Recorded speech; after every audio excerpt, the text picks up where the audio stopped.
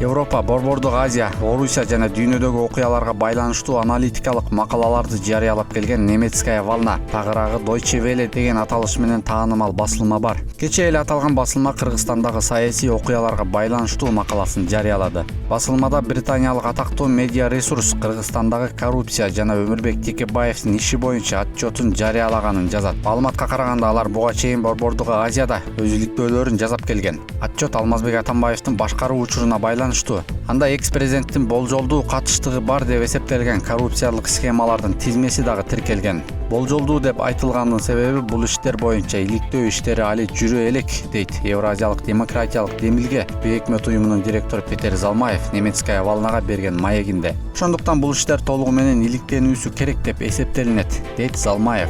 Кыргызстан артка кайтып авторитаризмге жана клептократияга кептелгенден кийин Атамбаев кезектеги прецедент катары кызыктырат. 1990-жылдары белгилүү укук коргоочу Виталий Пономарев Кыргызстанды демократиянын аралчасы деп атаган. Ал болсо Кыргызстанга кличка катары тагылып калды. Демократиялык жол менен кызматка келгендей болуп, конституциянын жолу менен кызматтан кеткендей болгон 6 жылдык Атамбаевдин башкаруусу артына чиркелген коррупция жана саясий куугунтуктун издерин калтырып кетти. Мисалга Текебаевди алсак болот. Анын иштерин иликтеп отуруп, биз Текебаев Атамбаевдин саясий амбициясынын курмандыгы болгон деген жыйынтыкка келдик.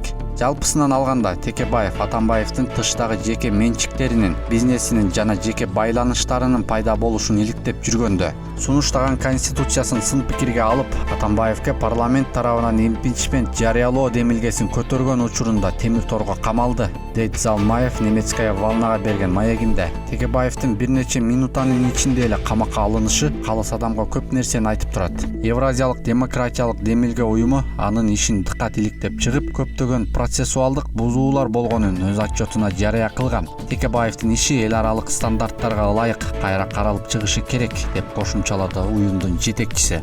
Анткени менен азырынча официалдуу Бишкек тараптан бул багытта белги боло элек.